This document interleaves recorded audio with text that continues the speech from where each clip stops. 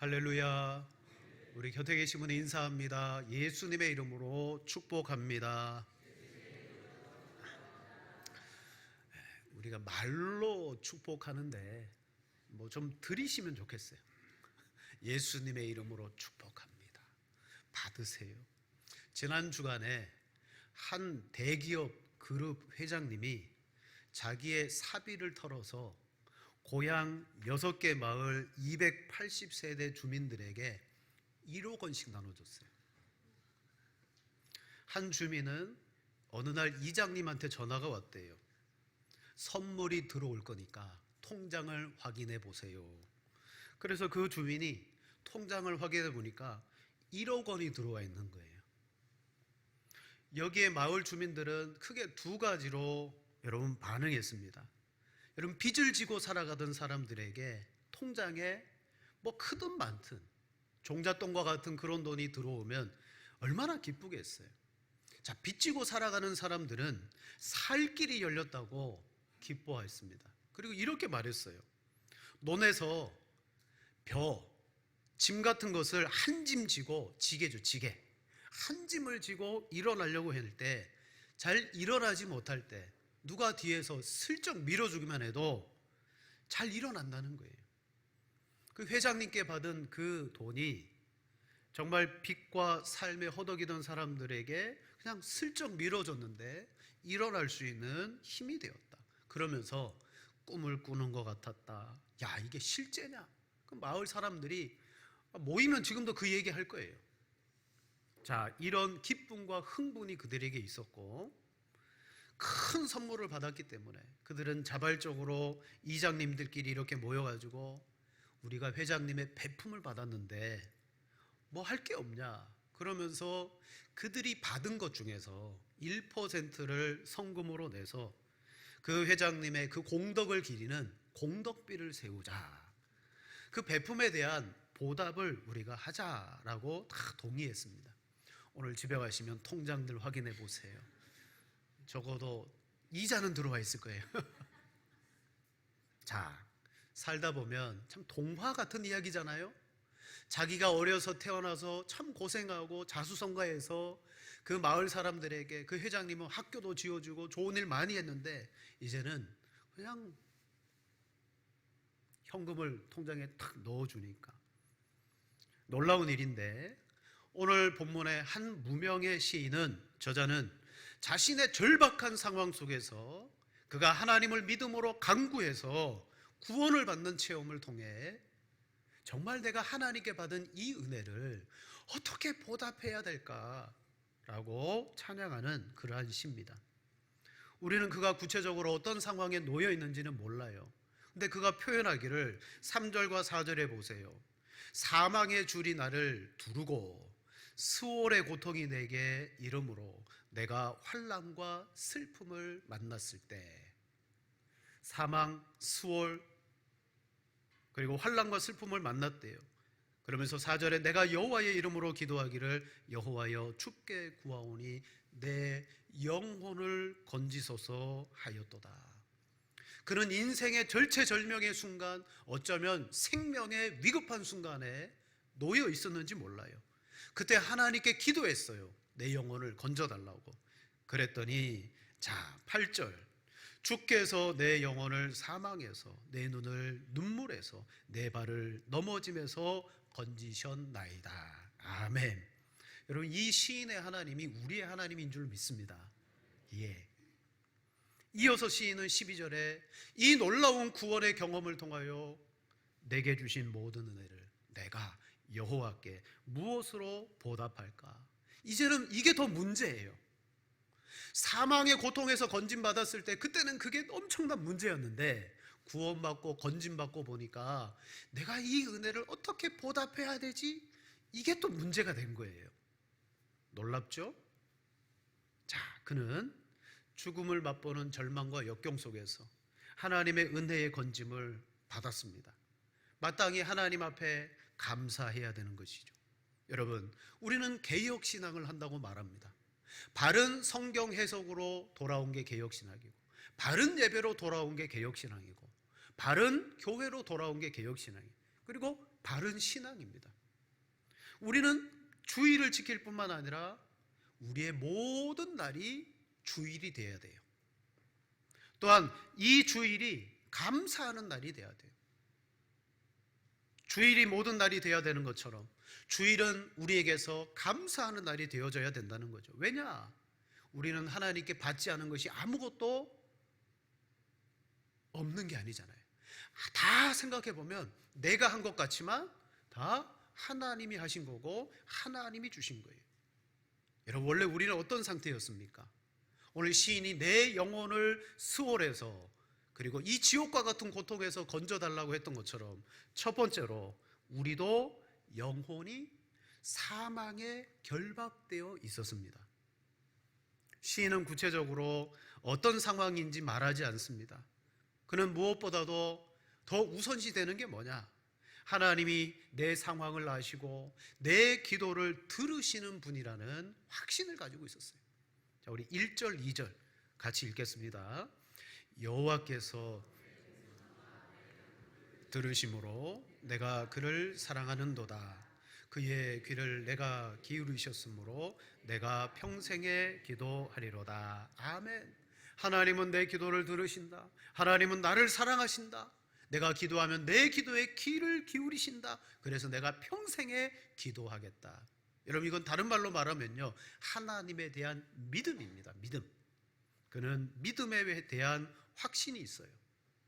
여러분, 성도로서 우리가 가져야 되는 믿음, 그런데 성도가 아니더라도 이 세상을 살아가는 모든 사람들의 삶의 대전제는 뭐냐?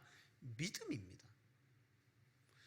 자, 쉬운 예로 우리는 교회 올 때에도 아무 생각 없이 차 시동 걸고 여기까지 왔잖아요. 그게 믿음이에요. 대중교통, 택시를 타든 버스를 타든 그냥 아무 생각 없이 염려 없이 그냥 탑니다. 근데 그게 뭐예요? 그게 믿음이에요. 왜? 그동안 내가 이런 경험이 축적되어진 결과 아하, 아무 문제가 없다. 의사에게 내 몸을 맡기는 것도 믿음이에요. 근데 그건 그냥 사람들이 알지 못하는 자신들의 가지고 있는 전제되어지는 믿음이죠. 그들은 분명히 이런 믿음을 가지고 살아감에도 불구하고 진짜 믿어야 될 하나님은 믿지 않더라는 거예요. 자, 하나님께서 사람의 형상을 입고 이 땅에 오셨고 우리를 위하여 십자가에서 죽으시고 다시 살아나셨다 말해줘도 여러분 그걸 믿지 못해요. 왜 그럴까요? 믿음에는 먼저 선행되어져야 될 게 있습니다. 바로 은혜가 동반되지 않으면 믿을 수가 없어요. 믿음이라는 것은 그냥 독단적으로 역사하는 게 아니에요. 단독적으로 일하지 않아요. 은혜가 주어지고 동시에 믿음이 생겨날 때 그 사람 속에 역사가 나타나고 영혼이 구원을 받게 되는 거예요. 여러분, 시인은 사망의 줄이 둘러치고 수월, 지옥의 고통이 그를 꽉 옥죄었어요. 환난과 슬픔을 만났습니다. 중대한 사건이 일어난 거예요. 그러나 그때 하나님에 대한, 하나님은 내 기도를 들으신다라는 믿음을 가지고 있었습니다. 여러분, 우리는, 시인은요, 어떤 한 사건, 그가 만난 인생의 정황 때문에 그의 믿음을 발휘하고 있는데, 실은 우리도 태어나는 순간 어떻습니까? 죄와 사망에 묶여서 태어나죠. 지옥에 들어갈 그런 지옥의 줄로 묶여서 끌려가는 죄와 마귀의 종으로 태어난다고 성경은 분명히 말합니다. 죄인들은 이 사실을 모르기 때문에 내 영혼을 사망에서 건져줄 하나님을 찾지도 않고 구하지도 않아요. 요즘 요한복음을 새벽 예배 때 함께 보는데 예수님께서 성전에서 그 모인 무리들에게 자기를 나타내십니다. 자기를 증거하십니다. 그리고 그들에게 뭐라고 말하느냐? 이렇게 말합니다. 너희가 진리를 알지니 진리가 너희를 자유하게 할 것이다. 바로 진리 되신 예수님이 죄와 사망에 묶여있는 종된 그들을, 영혼의 묶음 가운데 놓여있는 그들을 풀어줄 거다 라고 말하자 유대인들은 그것이 영혼의 자유, 그걸 알지 못하고 그들은 이 말씀을 육적으로 이해합니다. 자, 요한복음 8장 33절 34절. 그들이 대답하되 우리가 아브라함의 자손이라 남의 종이 된 적이 없거늘 어찌하여 우리가 자유롭게 되리라 하느냐. 예수께서 대답하시되 진실로 진실로 너희에게 이르노니 죄를 범하는 자마다 뭐라고요? 죄의 종이라. 아멘. 죄의 종이라는 것은 사망이 그를 묶고 있고 지옥, 스월이 그를 옥죄이고 있다는 거예요. 누가? 우리도, 유대인도 태어나는 순간부터 예수님은 그들에게 그 영혼을 비롯한 전인의 자유를 말씀하는데 그들은 육적인 것으로만 이해하고 우리는 아브라함의 자손이다. 종이 된 적이 없다. 오늘 시인은 고통과 환난의 슬픔의 사건을 만났기에 하나님께 기도합니다. 4절에 보세요. 내가 여호와의 이름으로 기도하기를 여호와여 주께 구하오니 내 영혼을 건지소서 하였도다. 그는 지금 어떤 상황 속에 놓여 있는데 기도하기를 내 영혼을 건져 주십시오 라고 말합니다. 여기에서 영혼은 뭘까요? 고통당하고 유린당하는 육체는 빼고 하나님 제 영혼만 딱 건져주세요, 그 말을 하는 거 아니에요. 영혼이라는 것은요 사람의 몸과 분리되지 않습니다. 영혼은 자신의 전인을 말하는 거예요. 영혼과 육체는 우리가 세상에 있을 동안에 절대 분리되지 않고 따로 작용하지 않고 함께 있는 거예요. 내 영혼을 구원해달라라고 말하는 것은 하나님 저의 전 존재를 이 두려운 상황 속에서 구원해 주십시오라고 여러분 구하고 있는 거예요. 근데 사람은요 존재 자체가 죄의 종으로 태어났어요. 반드시 하나님께서 그 영혼을 구원해 주셔야 됨에도 불구하고 하나님을 믿지 아니하므로 여러분 건짐받지 못하더라. 혹시 여러분 중에 시인과 같이 고통과 환난과 슬픔과 인생의 장애물과 문제를 만났습니까? 내 영혼을 구원해 주실 수 있는 하나님 앞에 여러분 믿음으로 나아가시기를 축원을 드립니다. 그럼 시인이 경험한 것과 같이 하나님이 그 영혼을 그 삶에서 건져주시는 역사가 있어요. 또한 내가 이 세상에 죄의 종으로 태어난 줄 몰랐는데 유대인들처럼 아무리 예수님이 진리 영적인 자유를 말해도 육적인 것으로 이해하고 여전히 내가 죄의 몸이라는 걸 모르는 우리들, 아하, 예수님을 믿는 것이 내 영혼의 구원함을 위함이구나. 그것을 믿고 여러분 주님 앞에 나아갈 때 예수님과 그 십자가를 믿을 때 하나님은 반드시 우리를 사망에서 건져내 주시고 죄에서 우리를 해방시켜 주심을 믿습니다. 그래서 오직 예수님을 믿는 거예요. 바로 사망에서 건짐받고 죄에서 해방돼요. 오늘 시인은 문제가 해결됐듯이 우리는 하나님의 자녀가 되었습니다. 성경은 이것을 오직 하나님의 은혜다라고 말하죠. 우리 에베소서 2장 8절 말씀, 우리는 이 은혜를 받았습니다. 같이 읽겠습니다. 너희는 그 은혜에 의하여 믿음으로 말미암아 구원을 받았으니 이것이 너희에게서 난 것이 아니요 하나님의 선물이라. 아멘. 이 시인의 상황을 통해서 우리를 보게 되는 거예요. 우리도 영원히 구원을 받아야 되는 존재로 태어난 거예요. 근데 은혜가 있어야 되고 믿음이 와야 되고 그리고 하나님이 우리를 구원해 주시는 것은 전적인 하나님의 선물이라는 거죠. 그러므로 오늘 우리가 구원받고 이 자리에 나와 예배하고 있다면 두 번째로 우리는 내 영혼이 구원받은 것에 대해서 영원히 감사해야 됩니다. 자, 내 영혼이 구원받았어요. 그걸 어떻게 해야 된다고요? 영원히 감사하는 거예요. 앞서 개혁신앙을 하는 우리들은 주일만 주일이 아니라 매일이 주일이 돼야 되고 주일은 감사하는 날이 돼야 된다 그랬어요. 우리가 하나님께 드려야 될 평생의 감사는 뭐냐? 내 영혼을 저 스월 지옥에서 건져주신 것, 그것에 대해서 영원토록 감사해야 되는 거예요. 시인은 자기의 영혼을 건져주신 여호와 하나님을 찬양하고 있습니다. 우리 7절 8절 보세요. 내 영혼아 내 평안함으로 돌아갈지어다. 여호와께서 너를 후대하심으로 주께서 내 영혼을 사망에서 내 눈을 눈물에서 내 발을 넘어짐에서 건지셨나이다. 아멘. 계속해서 영혼과 구원에 대해서 말하고 있죠. 여러분, 오늘 우리가 하나님을 섬길 때 정말 우리는 몸과 마음을 다하여 내 영혼을 다하여 하나님을 섬기게 돼요. 실은 이 영혼이라는 것은 우리의 인격을 좌우하는 아주 중요한 요소 아닙니까? 사람의 인격은 영혼과 몸의 결합이에요. 살아있을 동안에 사람의 영혼은 단독적으로 활동하지 않습니다. 죽는 순간에는 몸과 영혼이 분리가 되죠. 자, 우리는 영혼의 존재에 대해서 믿습니다. 내 영혼이 구원을 받아야 되는구나. 분명히 우리 가운데는 이 영혼의 존재를 인정하고 다 믿고 있을 줄 압니다. 그런데 상당히 많은 사람들이 영혼이 어디 있냐고, 그리고 영혼에 대해서 또 아는 사람들은 이상하게 영혼을 생각해요. 영혼은 때로는 우리가 살아갈 때 영혼 단독적으로 움직이고 활동한다. 그걸 나는 경험했다. 여러분, 그 체험이 뭐냐면 우리 임사체험이라고 부릅니다.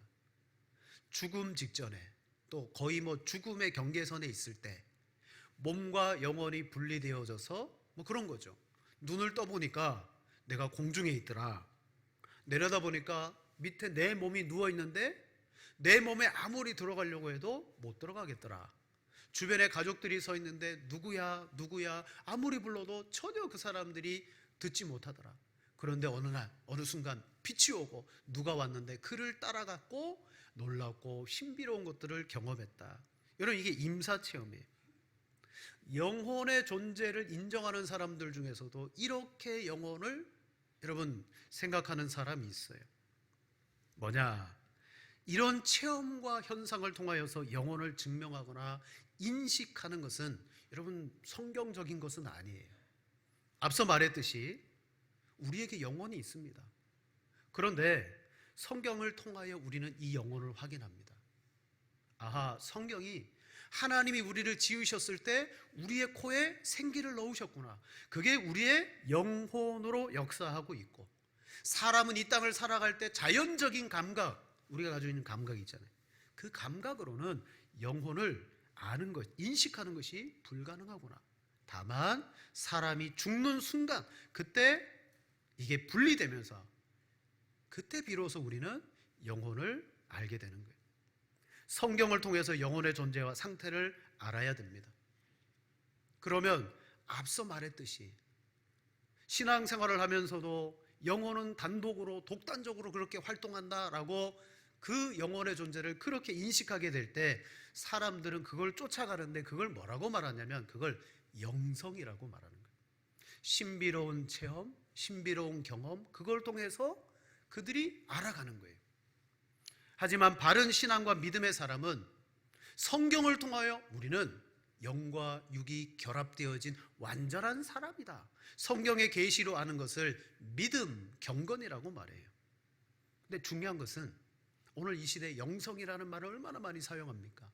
근데 이 영성을 쫓아가게 되면 결국 이상한 쪽으로 흘러가더라는 거예요. 예수님께서 십자가에 달려 죽으실 때 이렇게 외치셨어요. 아버지여, 내 영혼을 아버지 손에 부탁하나이다. 예수님은 완전하신 하나님, 완전한 인간이셨어요. 육체를 가지고 계셨고 우리와 똑같은 영혼이 있으셨어요. 그래서 십자가에서 죽으실 때 예수님은 육은 죽어서 땅으로 돌아가지만 그 영혼은 하나님께로, 낙원으로 가야 되는데 하나님께 그 영혼을 맡기셨어요. 예수님은 우리와 똑같은 몸을 가지셨어요. 살도 있고 피도 있고. 그럼 예수님의 혈액형은 뭘까요? 혈액형이 우리와 다를까요? 아니요, 혈액형도 똑같아요. 영혼도 우리와 같은 사람의 영혼을 가지셨습니다. 뭘 말합니까? 성경은 예수님조차도 이 땅을 살아갈 때 그 몸과 그 영혼이 따로 활동하거나 그렇게 하지 않으셨어요. 마지막 순간에 분리되어 갔는데, 말씀드리고 싶은 것은 그 영혼이 우리는 태어나는 순간 어떻다? 스월, 오늘 말씀처럼 사망의 줄이 두르고 있고 스월이 우리를 묶고 있는, 여러분, 죽은 영혼으로 태어나는 거예요. 우리는 죽은 영혼으로 태어납니다. 아무런 소망이 없는 존재, 아담의 반역으로 말미암아 아담의 저주로 그 허리에서 태어난 모든 후손들은 죄의 오염, 부패, 그리고 죄로 말미암은 하나님의 형벌을 그대로 물려받았습니다. 우리는 내 영혼이 이렇게 더러운 존재, 죄로 말미암아 죽은 존재라는 사실을 우리는 들여다볼 수 없잖아요. 영혼이 있다라는 건 뭔가 알겠는데 내 영혼이 죽은 것이라는 것을 사람들은 전혀 알 수 없어요. 그래서 매일 다 괜찮은 것처럼 살아가요. 근데 성경으로 그들을 들어보면요, 그들은 그 영혼이 죽었습니다. 죄로 말미암아 부패하였어요. 여러분, 만약에 내 죄로 인한 나의 죄성과 부패성이 매일 들여다 봐진다면 우리는요 몸서리 칠 거예요. 여러분도 좀 혐오스러움을 느끼는 게 있지 않나요? 그죠? 개인적으로 혐오스럽게 느끼는 것이 있을 거예요. 제 안사람은 그 곤충들, 벌레들, 다리 많은 벌레 있죠. 바퀴벌레부터 시작해서 지네, 하여튼 그 다리 많은 벌레를 봤다 그러면 막 자지러져요. 만지지도 못하고. 한 번은 제가 신혼 때 대구에서 살고 섬기는 교회는 포항이 있었어요. 교육전도사 때 주일에 제가 내려갔다가 평일에 예배를 드리러 내려갔다가 집사람은 집에 있고 차를 몰고 포항에서 대구로 올라가는데 난리가 났습니다. 큰일 났다고, 빨리 오라고. 왜 그러냐고. 바퀴벌레가 나왔는데 종이컵에 딱 씌워놓고 눌러놨다는 거예요. 와갖고 제발 그거 좀 잡아달라는 거예요. 그 정도. 근데 심지어 벌레만 혐오스럽게 여기는 게 아니에요. 다리 긴 건 다 혐오스러워요. 팔당대교 밑에 신대교 만든다고 가교 설치했죠. 그죠? 보셨죠? 철로. 그 철다리 밑에 가교 다리 많아요, 적어요? 다리가 얼마나 많은지 몰라요. 그걸 보면서 징그럽다고. 제가 그런 사람이랑 삽니다. 혐오. 우리의 영혼은 죄로 말미암아 죽었습니다. 죄의 부패성으로 우리는, 여러분, 너무나 우리 자신을 혐오스러워해야 되는데, 근데 어떻습니까? 우리는 죄를 짓고도 잊어버립니다. 다행이죠? 아무렇지도 않게 살아갑니다. 만약 죄를 짓고 나서 그게 끊임없이 내 마음속에 고통과 혐오를 준다면 견딜 수 없을 거예요. 그러나 성경은요, 그걸 느끼지 못한다 할지라도 아담 안에서 우리는 다 반역한 자요, 지옥과 스올의 고통에서 저주를 받아 그 영혼이 죽임을 당한 존재로 태어났다. 영혼이 죽었다. 그것을 뭐라고 말하느냐? 죄와 사망의 법이다라고 성경이 말해요. 아무도 스스로 죄와 사망의 법에서 벗어날 수 없는데 어떻게 했느냐? 하나님께서 이 시인과 같이 내 영혼을 그 사망에서 건져주신 줄로 믿습니다. 시인은 자기 인생의 어떤 사건을 통하여 하나님이 그 영혼을 사망의 고통에서 건져줌을 경험했다면 우리는 영원한 사망의 고통에서, 올무에서 건짐을 받았는데 어떻게 해요? 그 은혜로 말미암아 믿음으로 인하여 구원을 받았으니 이게 하나님의 선물이다. 자, 16절 이렇게 고백합니다. 여호와여, 나는 진실로 주의 종이요 주의 여종의 아들 곧 주의 종이라. 주께서 나의 결박을 푸셨나이다. 아멘. 여러분, 죄와 사망에 묶인 우리들을 바로 예수 그리스도의 십자가와 죄 사함의 은혜로 말미암아 종되었던 우리들에게 진정한 자유와 구원을 주신 줄로 믿습니다. 여러분, 회장님께 통장에 1억 받는 게 낫습니까?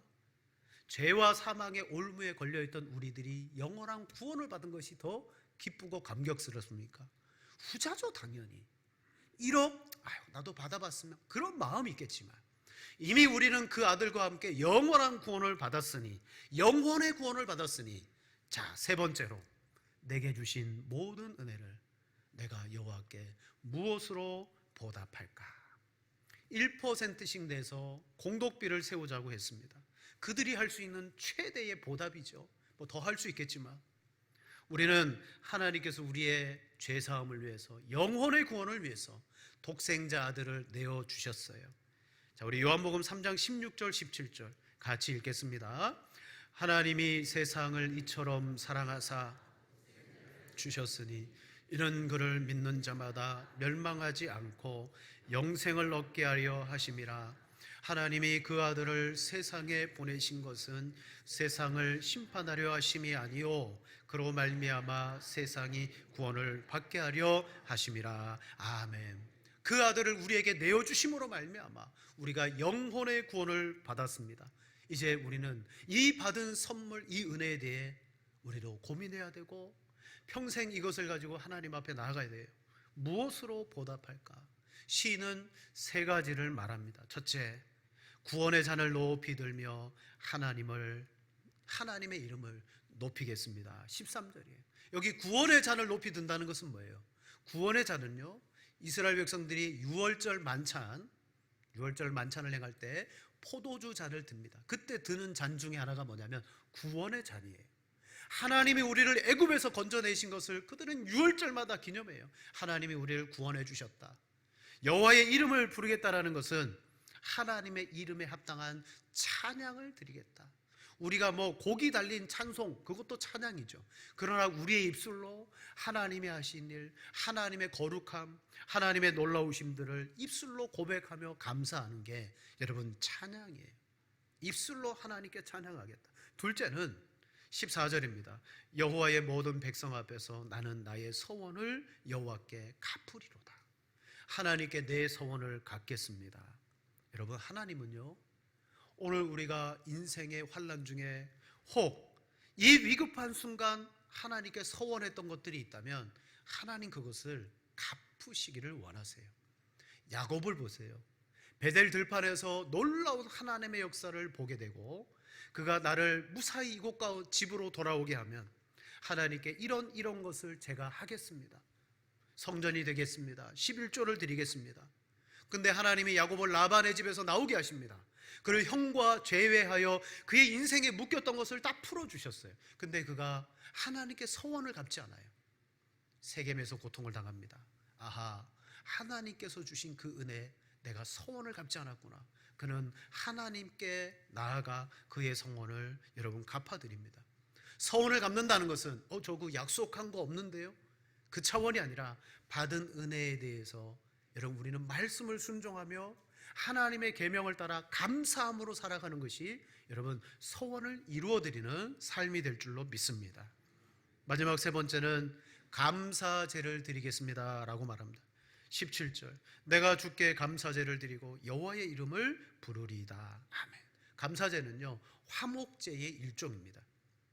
희생제물을 불에 태워 하나님께 드리고 그 드린 것 가운데 제사장의 몫을 드리고 나머지의 것은 제사를 드린 사람과 거기에 참석한 회중들이 함께 먹는 그러한 제물이에요. 즉, 온 회중과 더불어 하나님께 감사하고 하나님께 찬양하겠다라는 의미가 들어 있습니다. 뭐예요? 지금 시인은 하나님께 어떻게 내가 은혜를 드릴까? 표현을 어떻게 할까? 그걸 말하는 거예요. 표현을 어떻게 할까? 자, 여러분, 우리 한국 사람들은 자기 마음을 표현하는데 익숙하지 않아요. 익숙하지 않아요. 그래서 어떤 목사님이 목회를 하시면서 표현할 줄 모르는 그 성도들을 어떻게 바꿀까? 그래서 구호를 만들었어요. 그리고 예배 시간마다 이 구호를 따라하고 외치게 했어요. 한번 따라해 보십시다. 무표정은 범죄입니다. 표현하지 않은 것은 중죄입니다. 네. 오죽했으면 이런 구호를 만들어서 외쳤겠어요. 무표정, 말씀을 들어도 기뻐하지 않고 말씀을 들어도 슬퍼하지 않고 무표정. 말씀을 들으면 여러분 아멘 하셔야죠. 그러니까 표현을 하라는 거예요. 어떻게 하나님께 이 받은 은혜에 보답할까? 한 여인이 예수님이 계신 집에 그냥 찾아 들어갑니다. 그리고 그 예수님 앞에 무릎 꿇고 아주 값비싼 향유의 옥합을 깨뜨려서 예수님께 붓고 자기의 머리카락으로 예수님의 발을 씻고 입 맞추고 눈물을 흘리며 그 예수님께 거룩한 예식을 해드렸어요. 그걸 본 사람들은 못마땅하게 여겼습니다. 하지만 그럼에도 불구하고 여인은 자기의 마음을 적극적으로 예수님께 여러분 표현했어요. 실은 이 여인이 그 자리에 초청받은 여인이 아닌 것 같아요. 그때 예수님은 못마땅하게 여기고 탐탁치 않게 여긴 그 사람들을 향하여 뭐라고 말했느냐? 여기가 바리새인 시몬의 집이거든요. 시몬, 너는 나를 초청해 놓고도 나에게 발 씻을 물도 주지 않았다. 같은 공간 안에서 예수님을 초대해 놓고도요, 발 씻을 물조차 주지 않은 시몬. 그러나 이 여인은 그 같은 공간 안에서 어떻게 해서든 자기가 받은 사랑과 은혜를 예수님께 표현한 거예요. 실은 이 여인은 죄 사함을 받은 은혜가 있었어요. 근데 이 죄 사함을 받은 은혜가 너무나 커서 자기가 가지고 있었던 최고의 것을 예수님께 깨어서 여러분 드렸던 거예요. 어떻게 보답하지? 그때 예수님은 이 여인이 행한 이 모든 일이 복음이 전해지는 곳마다 함께 증거되어질 것이다 그랬어요. 이게 무슨 말일까요? 복음 얼마나 탁월한 능력이고 하나님의 놀라운 역사입니까? 이 복음과 함께 여인이 행한 일이 증거되어진다는 거예요. 이게 무슨 일일까요? 왜 복음과 함께 이 일이 전해져야 될까요? 복음으로 진짜 영혼의 구원을 받고 죄 사함을 받은 사람이라면 이 여인과 같이 진정한 감사의 삶이 나타나게 될 것이다. 그런 거예요. 우리가 복음을 받았다면 함께 나타나야 되는 게 뭐냐면 우리 하나님께 드리는 은혜에 대한 감사라고요. 표현이라고요. 여인은 값비싼 향유를 부어 드렸기 때문에 예수님께 인정받았던 것이 아닙니다. 하나님께 받은 그 죄사함의 은혜에 대하여 진정으로 마음을 다해 그 은혜에 보답하고 감사했기 때문이에요. 여러분, 하나님은 우리 마음으로 정말 주님을 향한 사랑으로 기쁨으로 드린 것을 하나님께서는 받으십니다. 우리는 살면서 크게는 죄의 올무 가운데 죄 사함의 은혜를 받았습니다. 그리고 살아가는 동안에 헤아릴 수 없는 하나님의 은혜를 많이 받았어요. 우리 지난 시간 동안에 우리 매 순간 베푸신 하나님의 그 은혜, 우리는 고백합니다. 은혜 아니면 살아갈 수가 없네. 은혜 아니면 우리는 설 수 없습니다. 그렇다면 우리도 이 시인과 같이 내게 주신 은혜를 내가 여호와께 무엇으로 보답할까? 이런 거룩한 고민입니다. 우리가 받은 구원이라는 그 근본된 은혜를 여러분 잊지 마시기를 바랍니다. 그리고 내가 매일 주일과 같이 주일은 감사하는 날이 되어져야 되는 것처럼 이 은혜에 감사하는 삶을 살아갈까 고민하고 정말 그 고민으로 주님 앞에 인정받는, 그래서 미가 선지자는 이렇게 말합니다. 미가서 6장 6절에 내가 무엇을 가지고 여호와 앞에 나아가며 높으신 하나님께 경배할까? 내가 번제물로 1년 된 송아지를 가지고 그 앞에 나아갈까? 여호와께서 천철의 순장이나 만만의 강물 같은 기름을 기뻐하실까? 내 허물을 위하여 내 맏아들을 내 영혼의 죄로 말미암아 내 몸의 열매를 드릴까? 수많은 동물의 제사 맏아들을 드릴까?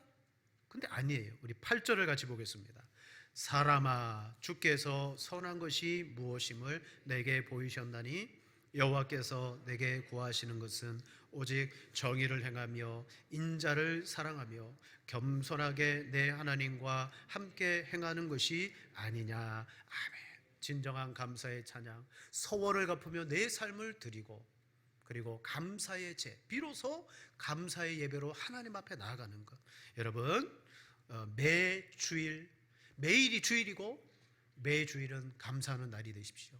오늘 특별한 감사의 절기 때 하나님께 받은 은혜를 무엇으로 보답할까? 복음을 받았는데 여러분 이 거룩한 고민 가운데 평생 여러분 은혜 받은 자로 살아가시기를 축복합니다. 기도하겠습니다.